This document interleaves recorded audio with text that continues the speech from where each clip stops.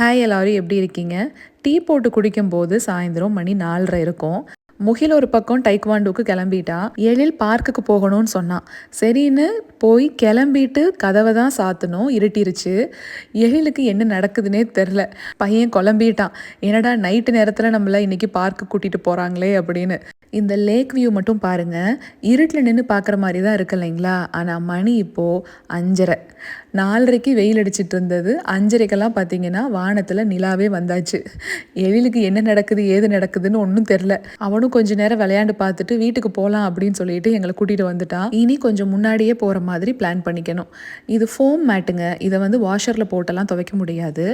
Rubber மாதிரி இருக்கும் மேலே. அதனால அதை துடைக்கிறதுக்கு நான் என்ன பண்ணுவேன்னா, டிஸ்இன்ஃபெக்டிங் வைப்ஸ் இருக்கு இல்லைங்களா, அதை மாப்பிங் பேடில் கீழே இந்த மாதிரி போட்டுட்டு அந்த மேட்டை மட்டும் நல்லா தொடச்சி எடுத்துருவேன். ஒரு சில சமயம் என்ன பண்ணுவேன்னா, அந்த ஷூ கேபினெட் வச்சுருக்கோம் பார்த்தீங்களா, அதை சுற்றியுமே அப்பப்போ நிறைய அழுக்காகும். அதுலேயும் இந்த மழை சீசன் டைம்லலாம் பசங்க ஷூவெல்லாம் போட்டுட்டு வெளியில் போயிட்டு வர்றாங்க அப்படின்னா அந்த இடமே ஒரு மாதிரி தான் இருக்கும். அந்த இடத்துக்குமே இந்த மாதிரி டிஸ்இன்ஃபெக்டிங் வைப்ஸ் போட்டு தொடச்சி எடுத்துருவேன்.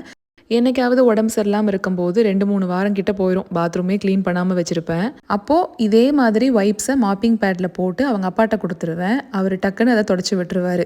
ஈஸியாகவும் போயிடும் வேலை. அந்த மாதிரி சமயத்துலலாம் இந்த வைப்ஸ் எனக்கு பயங்கரமாக ஹெல்ப் ஆகுங்க. காஸ்கோவில் பார்த்தீங்கன்னா 5 பாட்டில் செட்டாக வச்சுருப்பாங்க. அப்போ போகும்போது வாங்கிட்டு வச்சுக்கிறது தான்.